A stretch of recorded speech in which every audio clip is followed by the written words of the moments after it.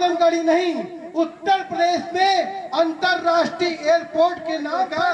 जब निरहुआ ने बोला कि जमीनों को मुआवजा नहीं मिलेगा, उस लड़का सह नहीं पाया, उसकी हृदयाघात से हार्ट अटैक से मौत हुई। दूर तय करेंगे और इस देश का निर्माता किसान मजदूर है। और एक साल से जो योगी और मोदी का सपना था, जो कि कॉर्पोरेट का अडानी का सपना था, लेकिन हमारी माताओं बहनों का सपना नहीं था, हमारे यहाँ बुजुर्ग जो नौजवान हैं उनका सपना नहीं था। और उन्होंने आजमगढ़ ही नहीं, उत्तर प्रदेश में अंतरराष्ट्रीय एयरपोर्ट के नाम पर ये जो परियोजना है, ये पहली परियोजना है जो एक साल से पेंडिंग पड़ी है।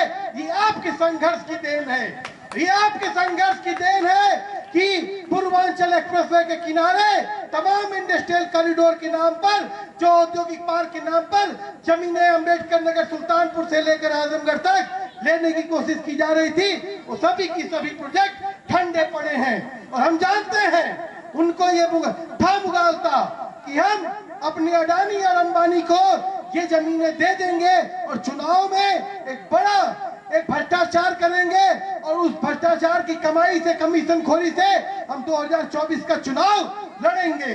लेकिन आपने उनके इस पूरे जो मंसूबे पे पानी फेर दिया। दूसरा सवाल कि हमने एक साल में क्या पाया? एक साल में हमने ये पाया कि हमारे माताओं बहनों के जो संघर्ष पे, जो इनके ऊपर लाठियां पड़ी थी, जो इनके ऊपर गालियां पड़ी थी, उसका जवाब आज हमने दिया एक साल में। और पूरे आत्मसम्मान स्वाभिमान के साथ हम क्या कहते हैं, हम किसान हैं, मजदूर हैं, हम छुपाते नहीं हैं, हम अपनी आइडेंटिटी बताते हैं। ये आजमगढ़ के किसानों ने हरियाणा और पंजाब का जो किसान आंदोलन था, वहां पर जो उनकी पहचान थी, किसान आंदोलन की पहचान थी, आज इस आंदोलन ने, पूर्वांचल ने किसानों के अपने मान सम्मान स्वाभिमान को, पहचान को दिया है। इस एक साल में इस आंदोलन ने दिया।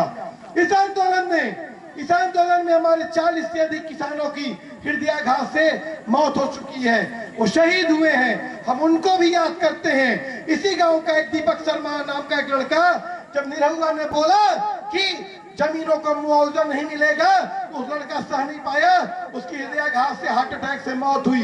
हम उस नौजवान को भी याद करते हैं। हम आज संकल्प लेते हैं कि ये जो बैनर लगा है वोट का बहिष्कार, मैं व्यक्तिगत रूप से मैं लोकतंत्र में आशा रखता हूं, लेकिन सवाल जब अस्तित्व का हो और सवाल इस बात का हो, हमारे जीवन का सवाल हो कि हम जिंदा रहेंगे कि नहीं।